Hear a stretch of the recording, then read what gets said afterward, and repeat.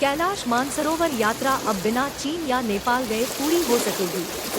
आपको सुनने में भले ही आश्चर्यजनक लगे, लेकिन केंद्रीय पथ परिवहन एवं हाईवे मंत्री नितिन गडकरी ने यह दावा किया है।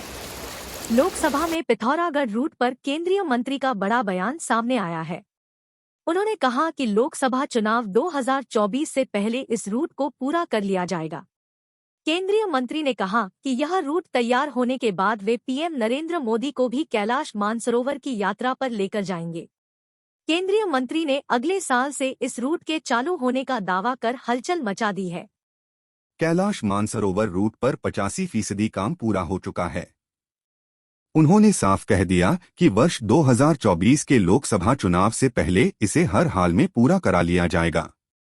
चीन और नेपाल के रास्ते मानसरोवर न जाना पड़े, इसके लिए उत्तराखंड के पिथौरागढ़ से रूट तैयार किया जा रहा है। इससे कैलाश मानसरोवर की यात्रा करने वालों का न केवल समय बचेगा, बल्कि कठिन रास्तों की दुश्वारियां भी खत्म होंगी। कैलाश मानसरोवर का वर्तमान तीनों रूट काफी थकाऊ है। तीर्थयात्रियों को अभी सिक्किम, उत्तराखंड और काठमांडू के रास्ते कैलाश मानसरोवर की यात्रा करनी पड़ती है। इन तीनों रूटों को खतरनाक माना जाता है।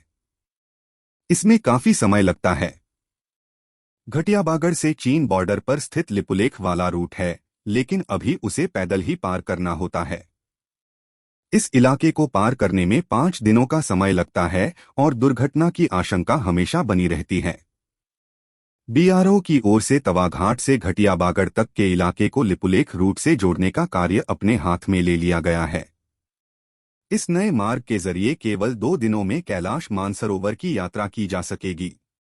सिक्किम या नेपाल के रास्ते कैलाश मानसरोवर की यात्रा में 2 से 3 सप्ताह का समय लग जाता है। नई सड़क लोगों का समय बचाएगी।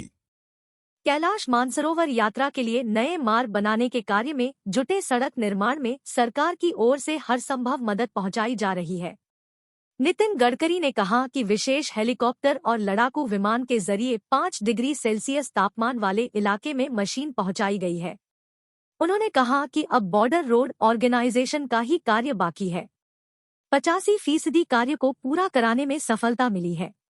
पिछले दिनों केंद्रीय मंत्री ने पिथौरागढ़ जिले की धारचूला तहसील से लिपुलेख तक रोड कनेक्टिविटी होने पर बीआरओ को बधाई भी दी थी। इस रोड को कैलाश मानसरोवर यात्रा के प्रमुख रास्ते के तौर पर जाना जाता है।